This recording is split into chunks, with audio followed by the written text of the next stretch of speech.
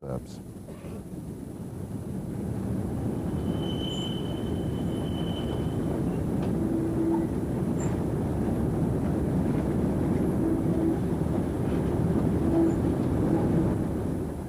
Today, modern communications share a cab with 1950s controls. Nev uses the train brake to check our progress as we approach the exit.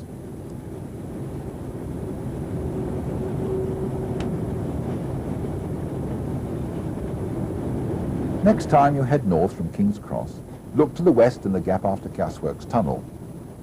When rail dominated freight, a succession of goods trains would depart down this same exit road, such as the daily afternoon 3:35 Scotsman. These Class 1 express goods were usually headed by a Pacific or a V2. The ground signal gives us clearance to join the main line.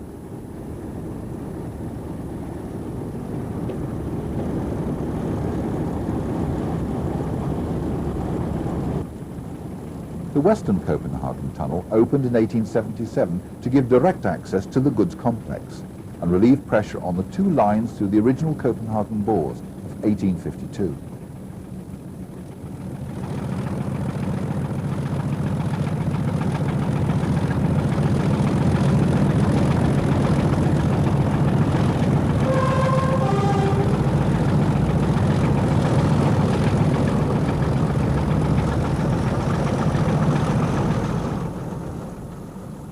For much of the first 12 miles, it will be power on as we climb through North London to the first summit of Potter's Bar.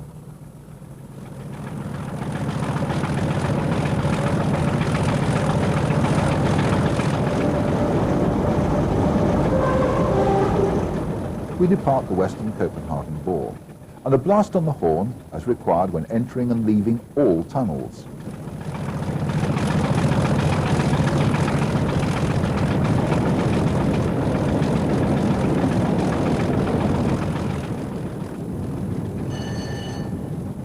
The AWS confirms that we are clear to join the East Coast Main Line, where our road will become the down slope.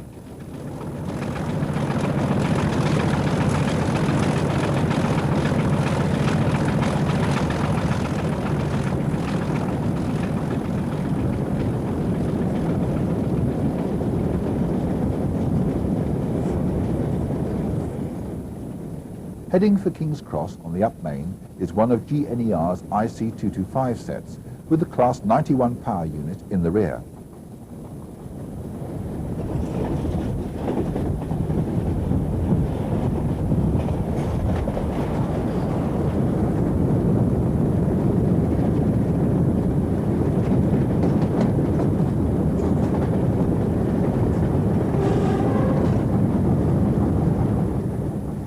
Approaching Finsbury Park, we are given the down main.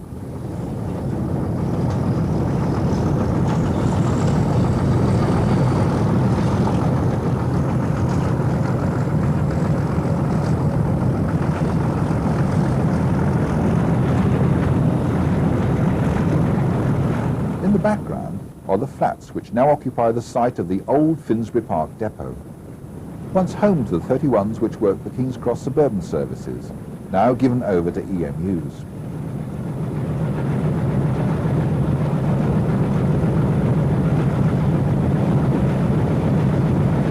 The first 20 brush Type 2s formed part of the British Railways pilot scheme, and the prototype, D5500, was delivered for trials with Eastern Region in 1957. Production versions followed on, with D5520 delivered in February 1959. In all, 263 had been delivered when production ended in October 1962. Today, less than 30 remain in service. Two of the survivors run through Finsbury Park.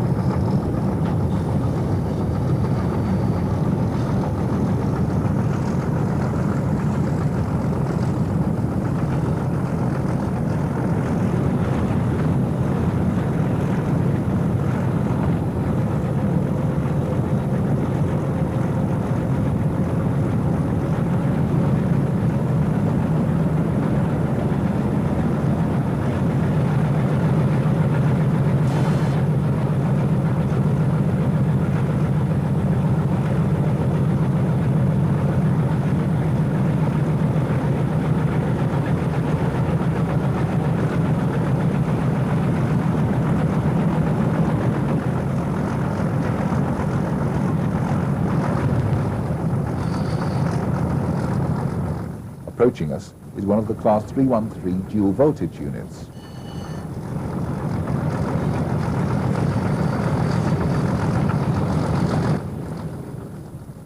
This is Haringey.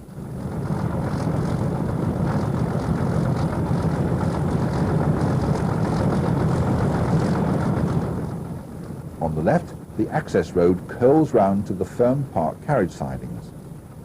Ahead, the blue flyover provides access for ECS upworkings between the sidings and King's Cross.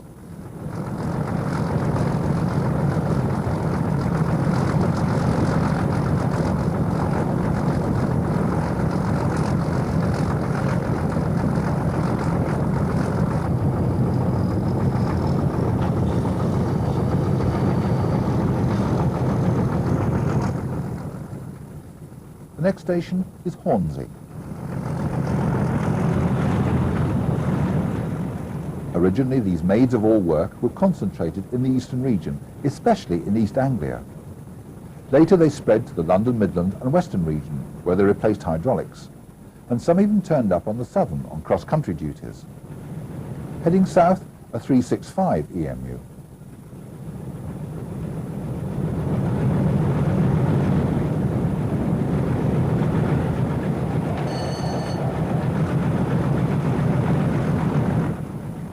We were concerned that, having been delayed by an additional hour's stop movements at King's Cross, our train would become entangled with the beginning of the evening rush hour services. But so far it is clear road ahead. Next, the station serving Alexandra Palace.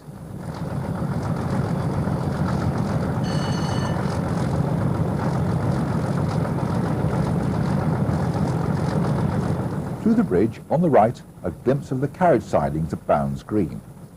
On the nearest siding is the BN96 rail charter set, now in Southern Region colours. Ahead, the overbridge is for the loop that leads off to serve Hertford North. The loop rejoins the main line at Stevenage.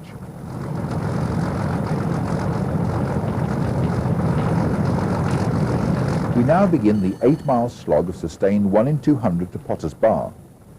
Ahead, the gloom of Wood Green Tunnel is shared with a southbound HST.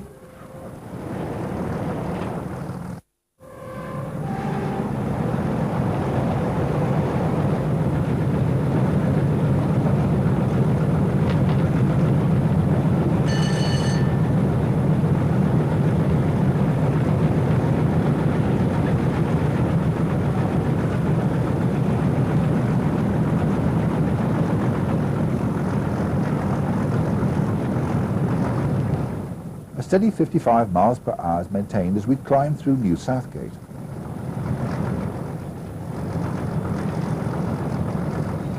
The first brush Type 2s were allocated to Stratford, Ipswich, March and Hornsey, where they soon settled down as popular and powerful locomotives. Weighing in at some 110 tons, the brush traction motors power the outer axles of the six-wheel bogies, resulting in an A1A wheel arrangement.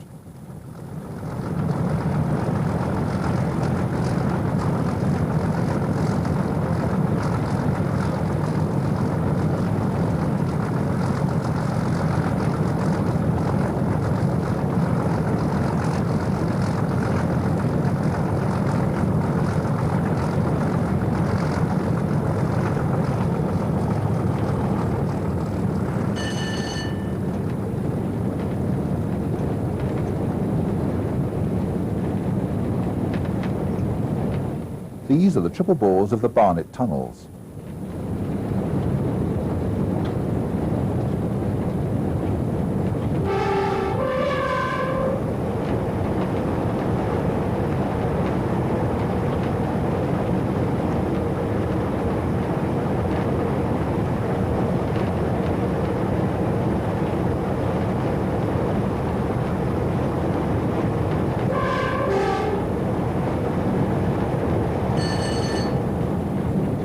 Another 313 unit hurries south.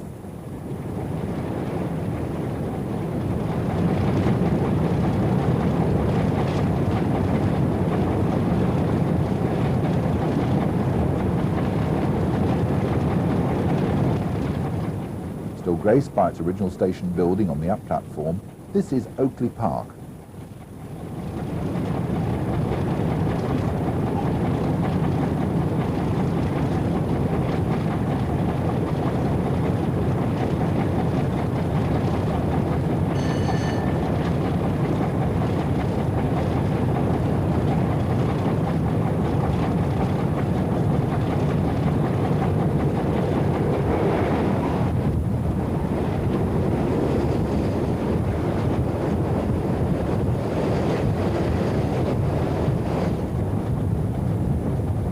Next in sight, as we work through the succession of northern suburban stations, is New Barnet.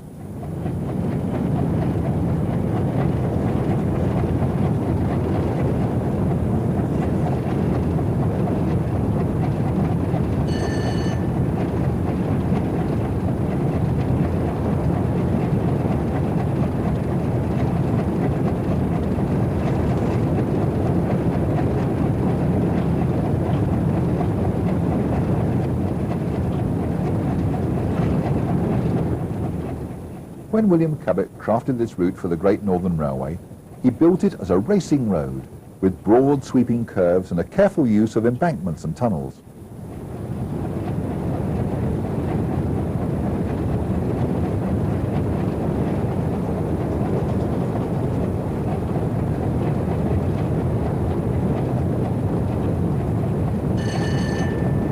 Here, with a different view of one of the most photographed stretches of the line, are the Hadley Wood tunnels. An Intercity 125 approaches from Hadley Wood South Tunnel.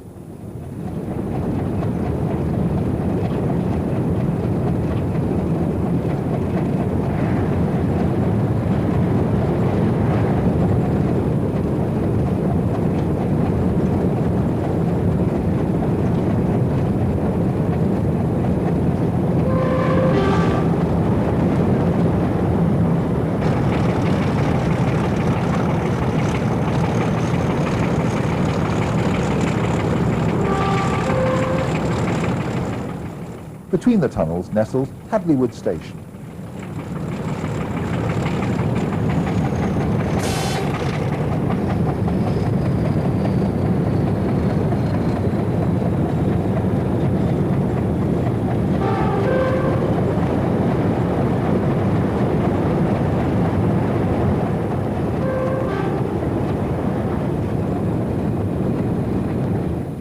The outlook now changes dramatically.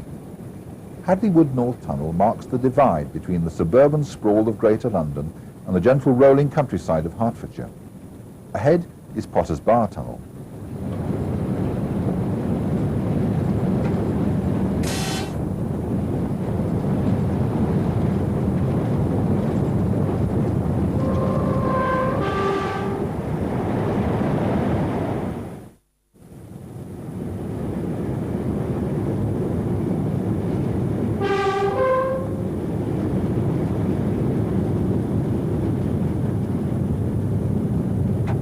This stretch of line could see a new Parkway station, linked to the nearby M25.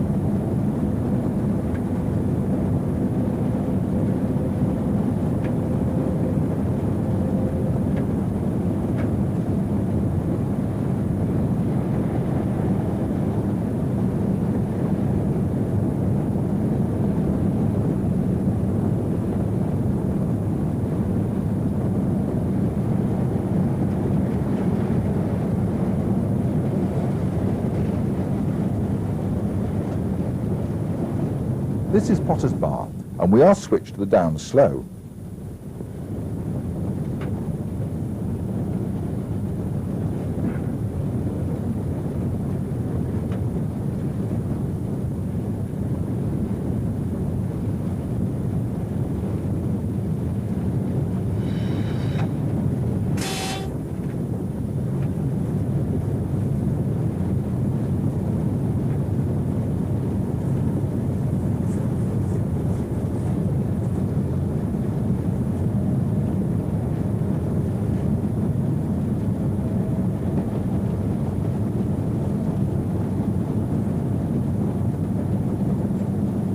carrying latest style Network South East livery, another Class 313 Trundle South.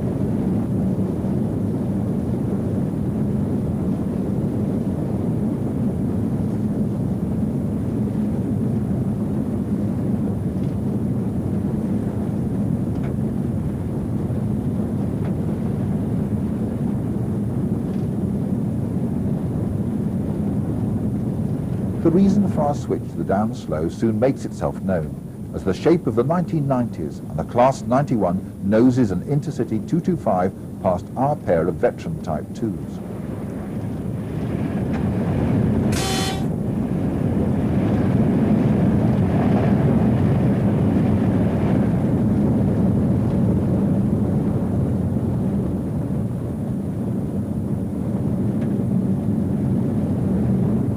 With the summit behind us, we begin the next section of today's run. First, a gentle switch back across the rolling countryside to Stevenage, and then over the Cambridgeshire plain to Huntingdon and Peterborough.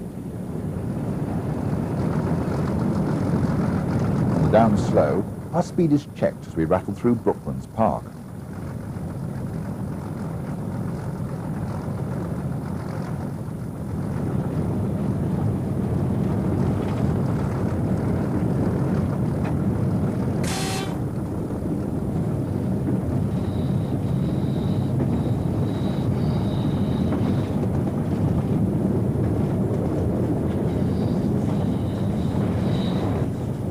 Clear of the station, the line speed restriction is lifted to 75 miles per hour. Power comes on, but Nev will keep to the loco's limit of 60.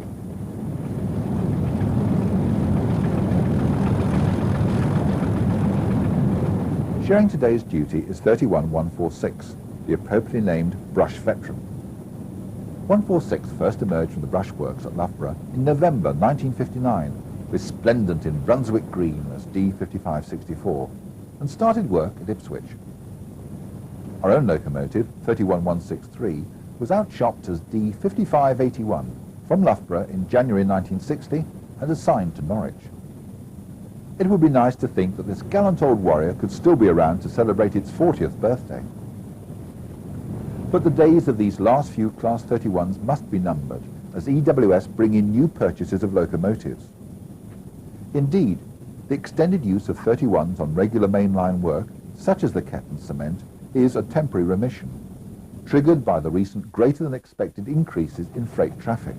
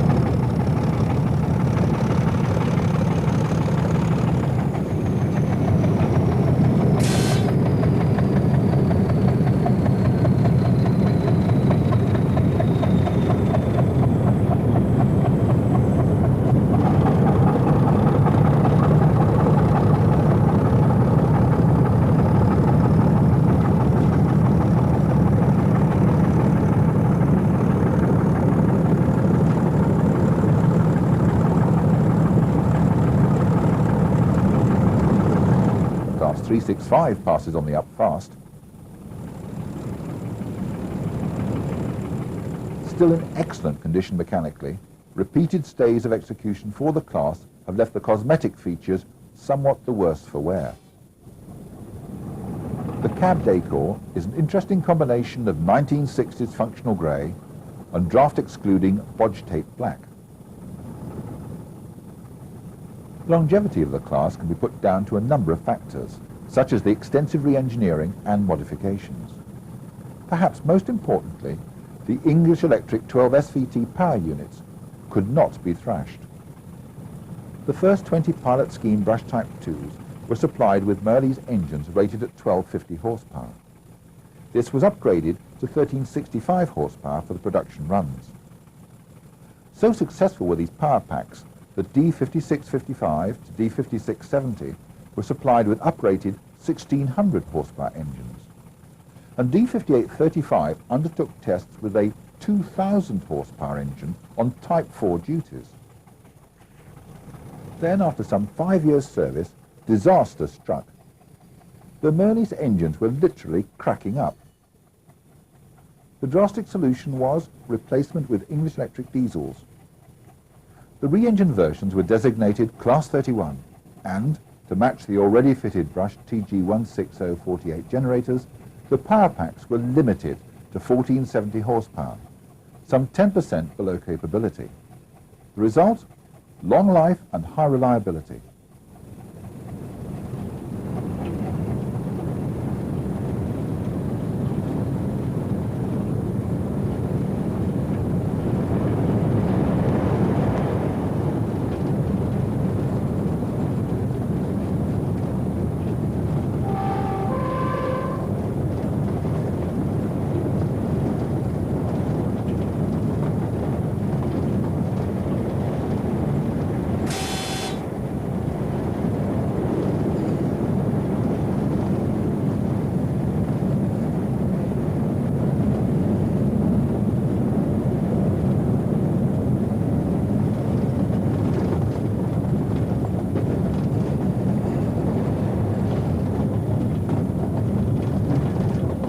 On the left, the carriage sidings, stacked with Class 313 units, some 14 sets in all, waiting impatiently for the evening rush hour.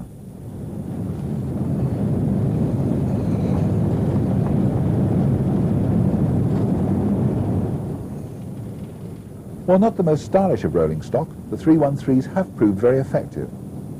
Entering service in 1976 and built by British Rail Engineering at York, the 3-car units are designed to be equally at home either under 25 kilovolt AC wires or when using 750 DC third rail, essential for the final 2 miles in the tunnel between Drayton Park and Moorgate. We are checked where the 4-track line is reduced to 2 for the run across Digswell Viaduct. Ahead, the overrun from the downslow is protected by a sand drag. Clear to proceed, the power comes on.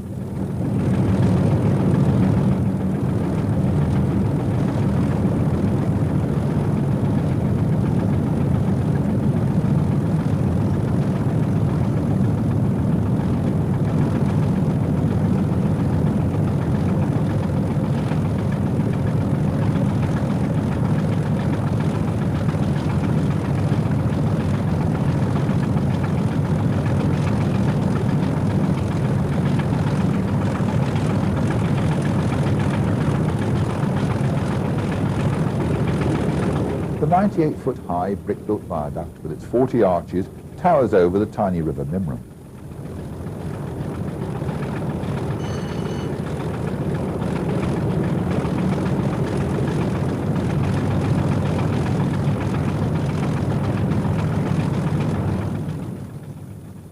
Ahead is the little station which serves Welwyn North.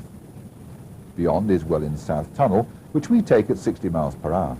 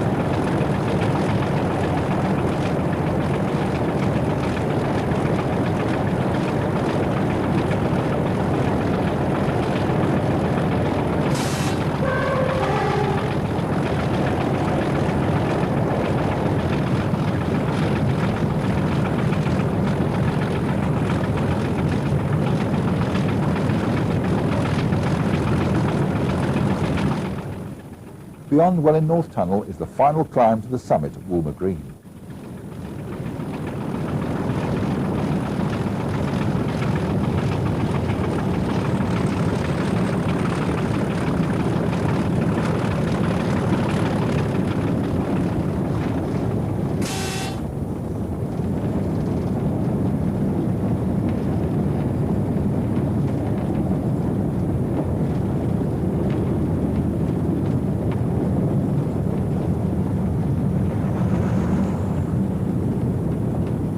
At Woolmer Green, the East Coast Main Line reverts to a 4-track formation and we take the downslow to Nebworth.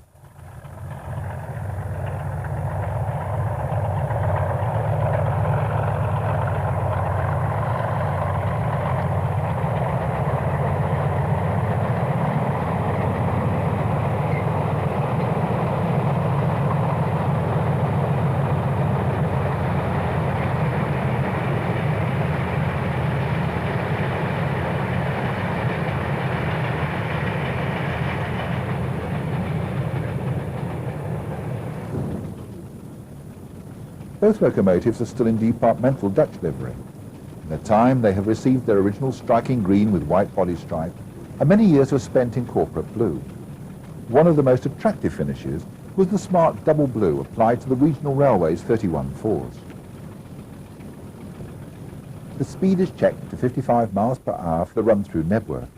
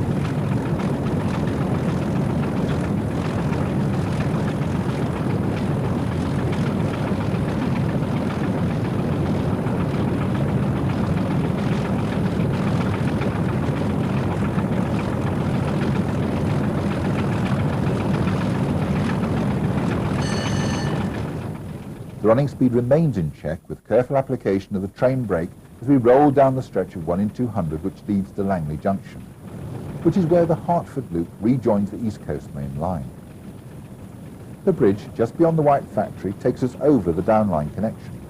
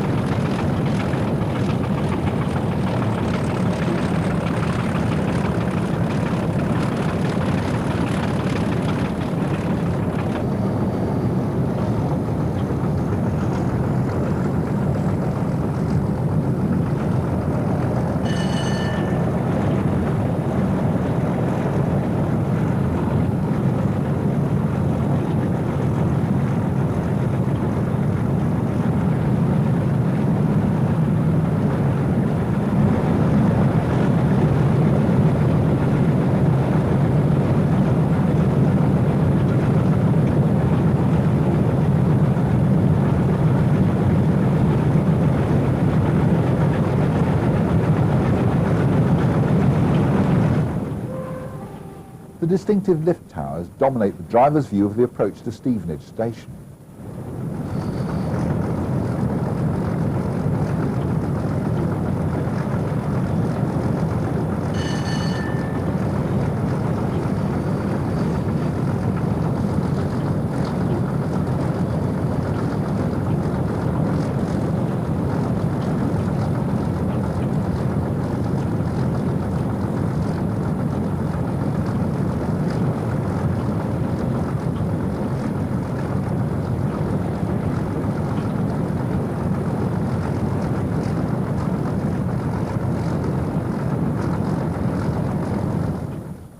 A DVT leads this IC225 running south in push mode.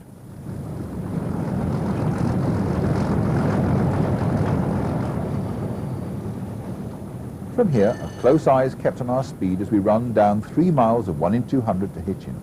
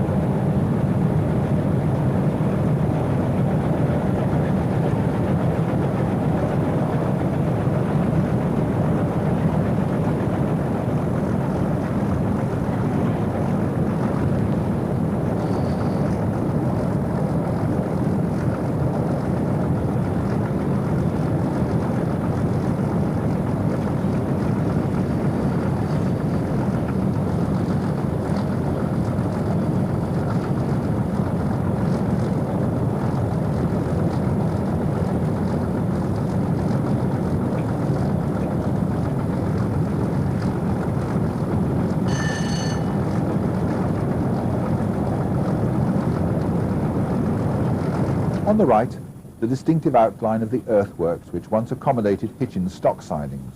Now they are home to a housing estate.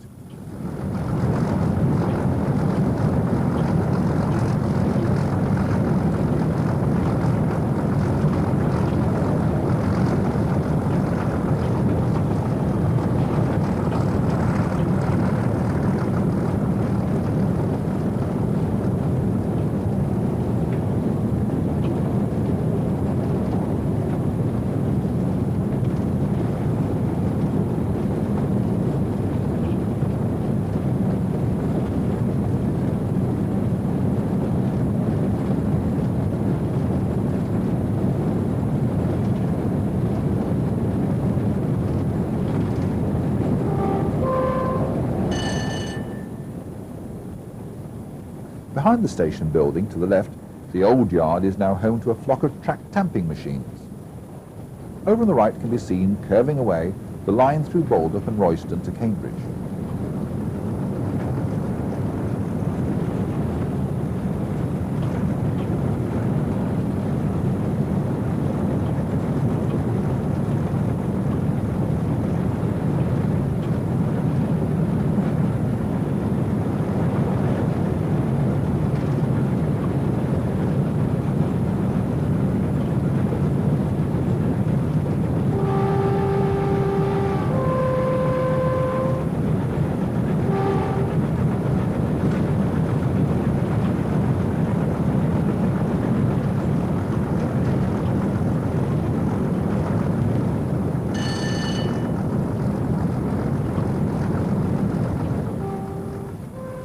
Note the red knob on the power control. This led to the early Type 2s being called toffee apples.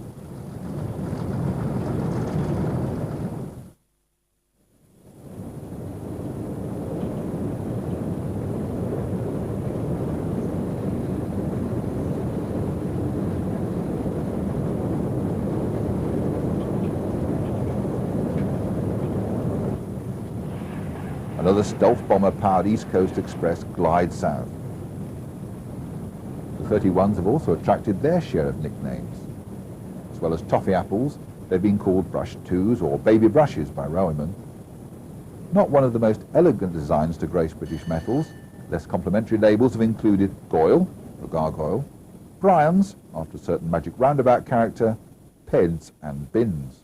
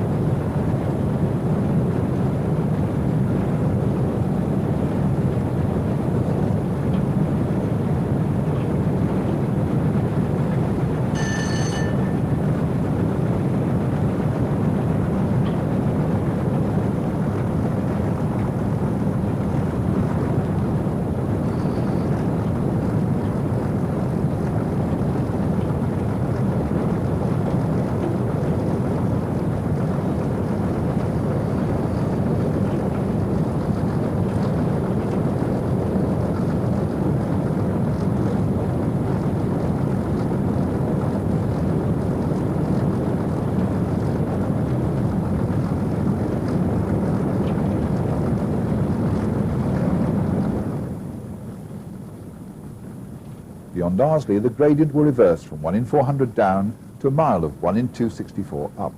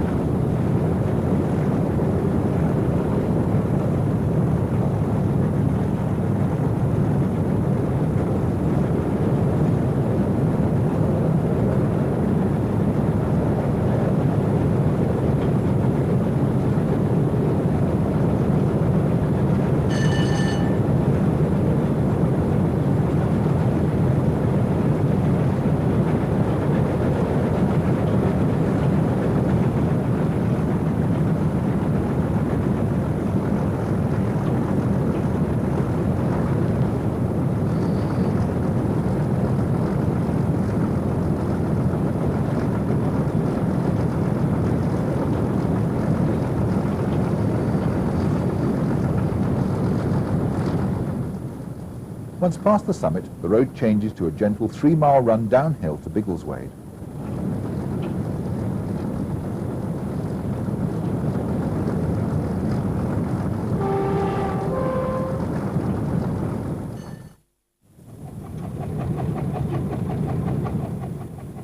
Running into Biggleswade, on the left, the Clasmore Brick Terminal.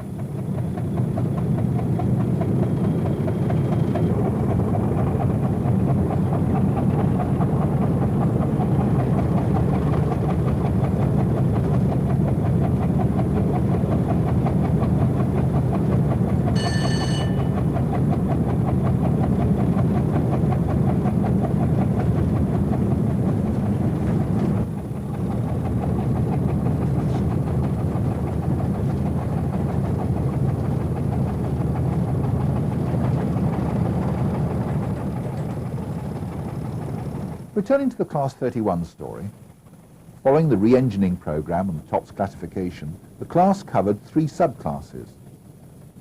The 20 pilot scheme locomotives became Class 31 North, The basic re-engineered Type 2s became 31-1, and 69 locomotives fitted with ETH and dual braking between 1972 and 1987 became 31-4s.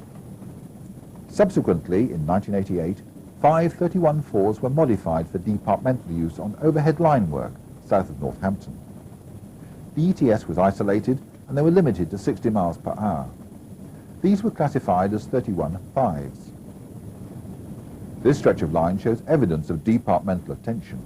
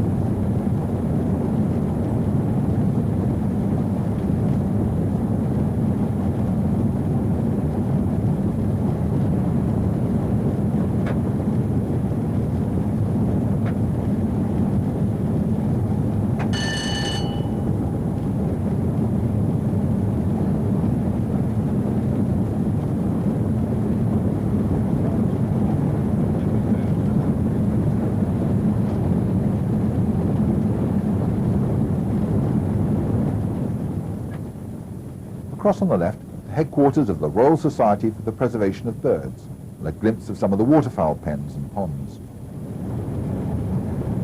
Coming up on our left, close to the track, look out for a strobe warning light as we run through Sandy.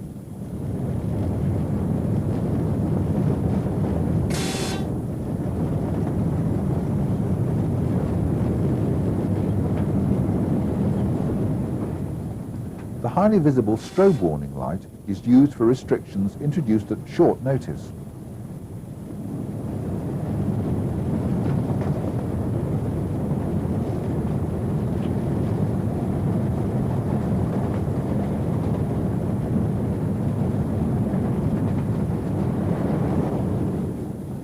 Unlike the stealth bombers, the GNER HSTs carry a designer-labelled slab of silver grey on the power car body sides.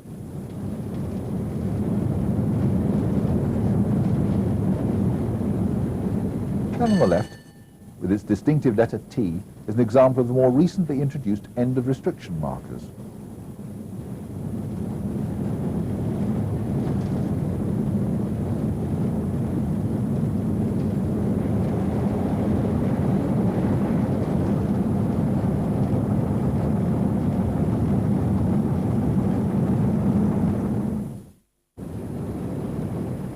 another of GNER's fleet of 9 HST sets creams past on the fast.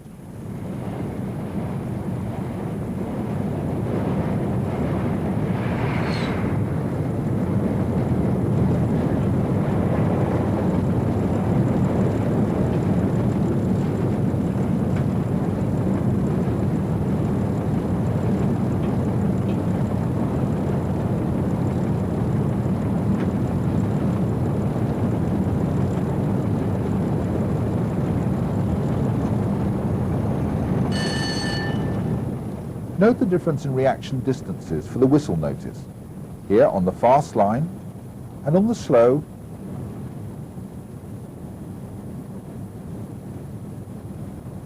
here.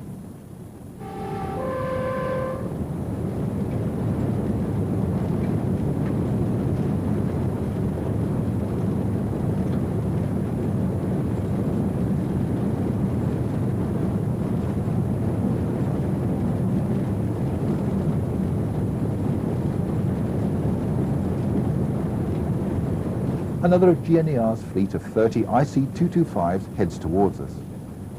It's amazing to consider that when this Brush Type 2 first entered revenue-earning service, East Coast Expresses were hauled by A4 Pacifics. Deltics had still to come and go, to be replaced by HSTs, which in turn have now been usurped by IC225s. And still our humble workhorse continues to deliver the goods.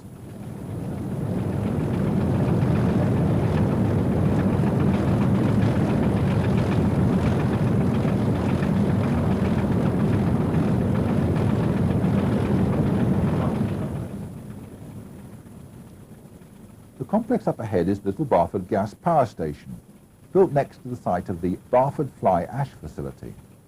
For several years, trainloads of pulverized fuel ash would be worked from West Burton Power Station to this site, where it would be processed and sold as cement substitute.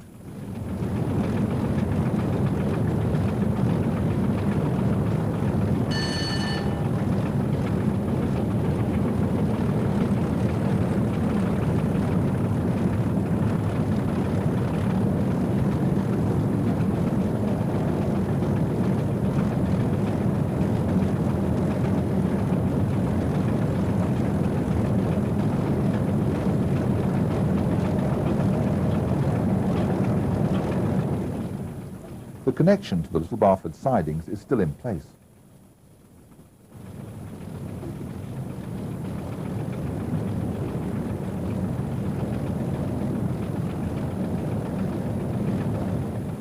Ahead, as we approach St Neots, the concrete bridge carries the A428. Never applies a couple of notches of power for the gentle 1 in 330 climb up through St Neots.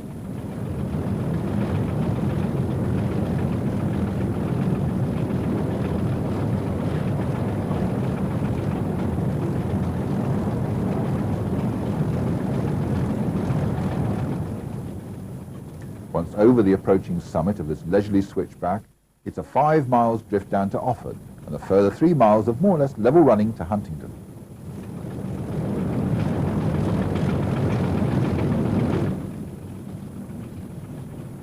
The heavy lorries nose to tailing across the approaching bridge mark the busy A14 east to west trunk route. There is talk of reinstating the Oxford to Cambridge cross-country rail route, which could capitalise on this significant flow.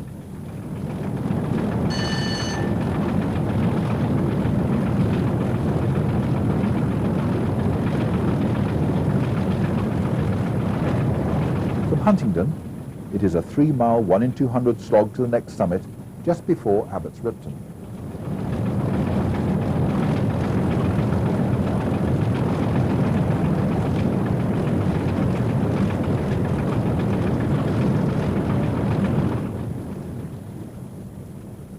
Beyond Huntingdon, and the down slow is further limited by a 20 miles per hour speed restriction. This temporary restriction has been in place for 5 or 6 years.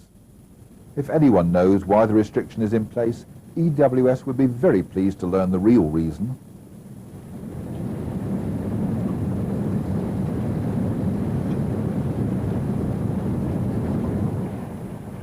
Beyond the IC225 is Collington Tip. Originally started as a dump for Second World War bomb damage, now it is used as a CE tip. It also provides some business for Harry Needle's 08 868.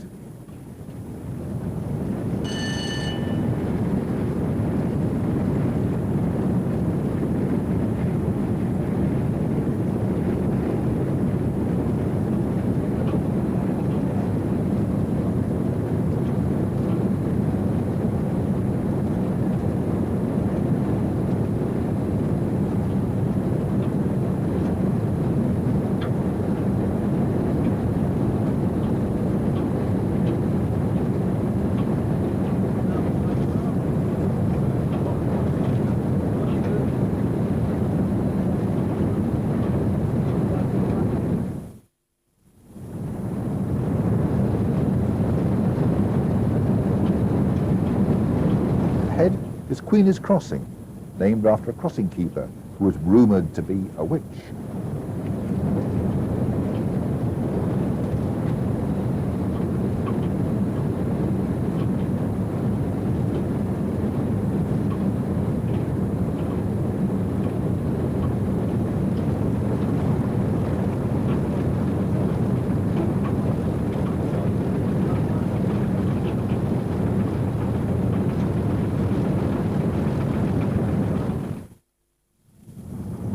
Power comes on for the climbing approach to Peterborough.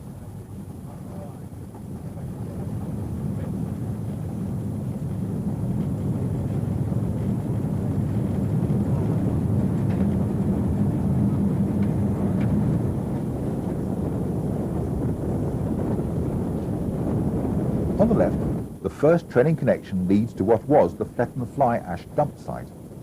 This tip is now the foundation for a major urban development. The next training point is the link to the Nene Valley Railway.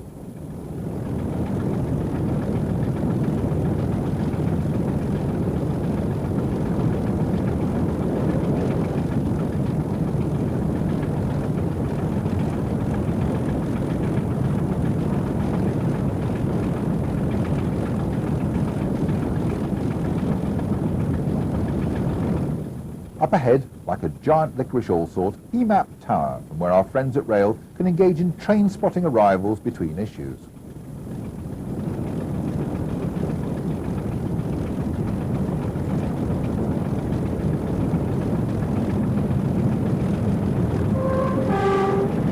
The first locomotives to reach Peterborough were not in fact on the East Coast Main Line, but on the London and North Western branch from Biggleswade in 1846. Next to be completed was the Midland Line from Stamford. This connected with a line through to Ely. The Great Northern eventually arrived from London in 1850.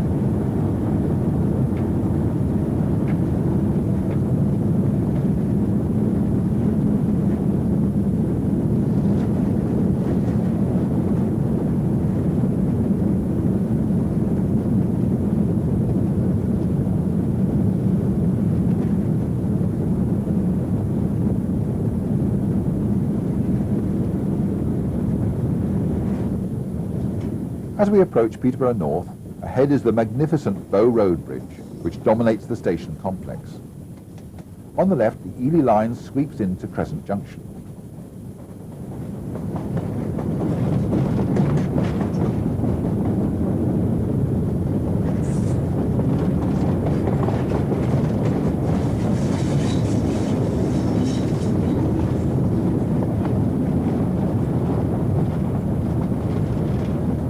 We are running on the line designated the Fly Ash Sidings Road. On the left is the two-way goods. On the right, Peterborough North Station. Here we will stop to collect a second man to assist with the shunt at Ketton. Here we also say goodbye to Traction Inspector Steve Pope and hello to John Hutton, the duty train crew manager, as TIs should now be called. John will take over for the last leg.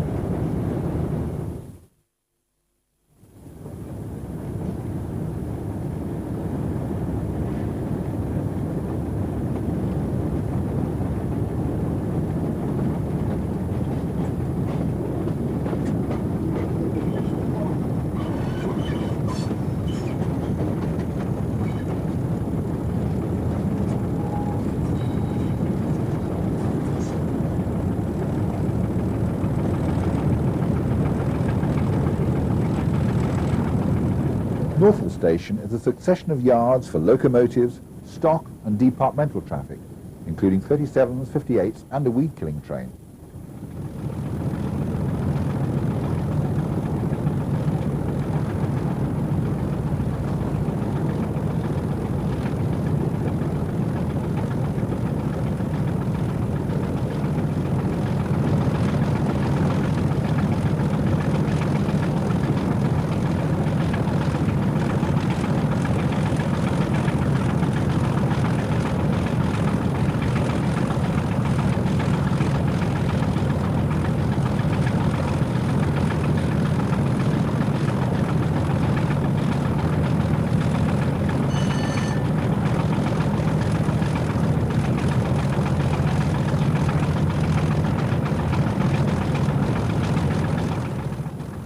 Beyond the bridge, the disused Great Northern signal box still guards the former electrification depot, now an overflow for departmental stock.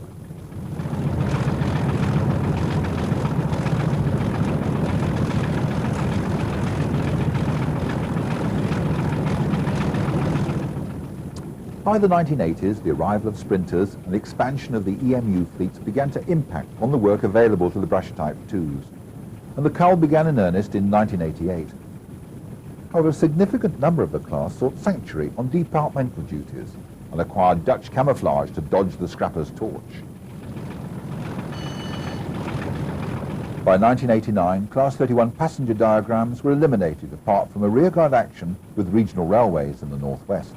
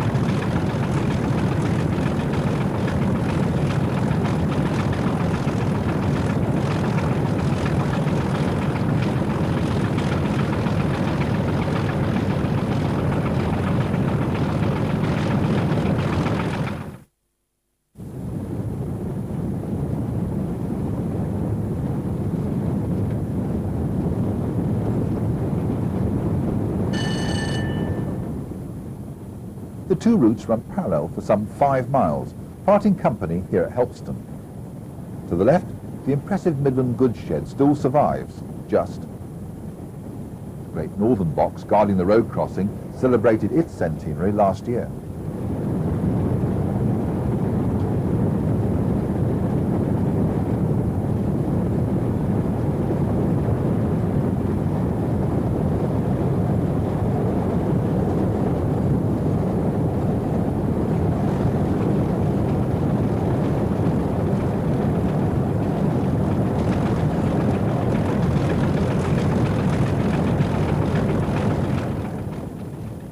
Here, the East Coast main line begins the 28-mile climb to Stoke Summit, while we head westwards to Stamford and Ketton.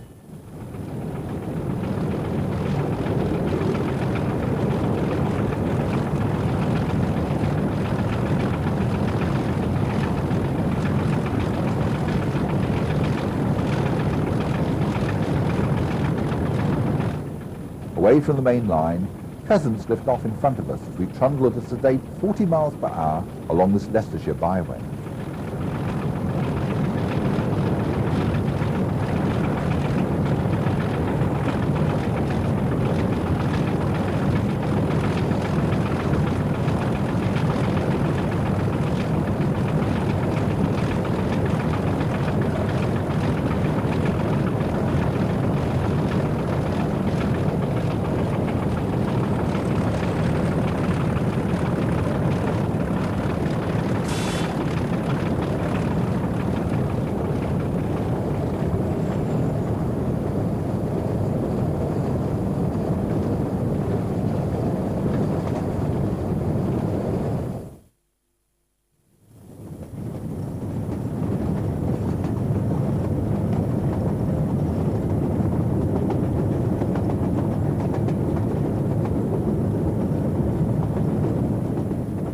The crossing gate and Midland box of 1909 are all that remain of the station which once served Uffington and Barnet, which closed in 1952.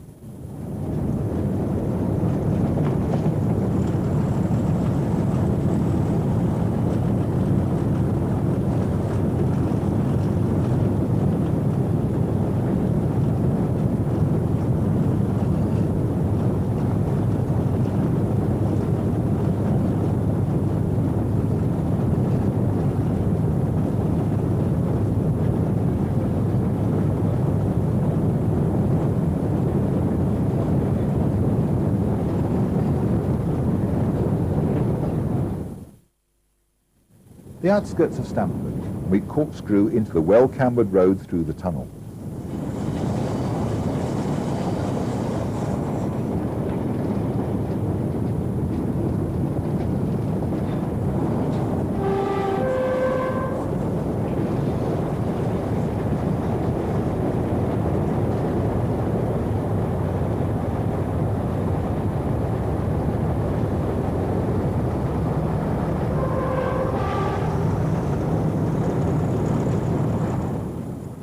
The station building is also home to what claims to be the largest railway bookshop in the world.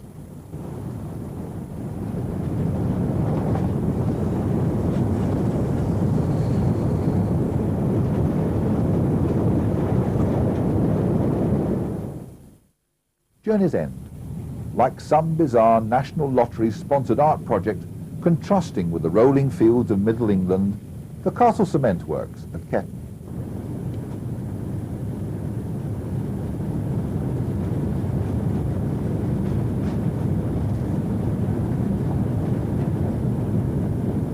The 31s, a few more miles into the darkening evening before 6M93 can join the up line to gain access to the Castle Cement Works.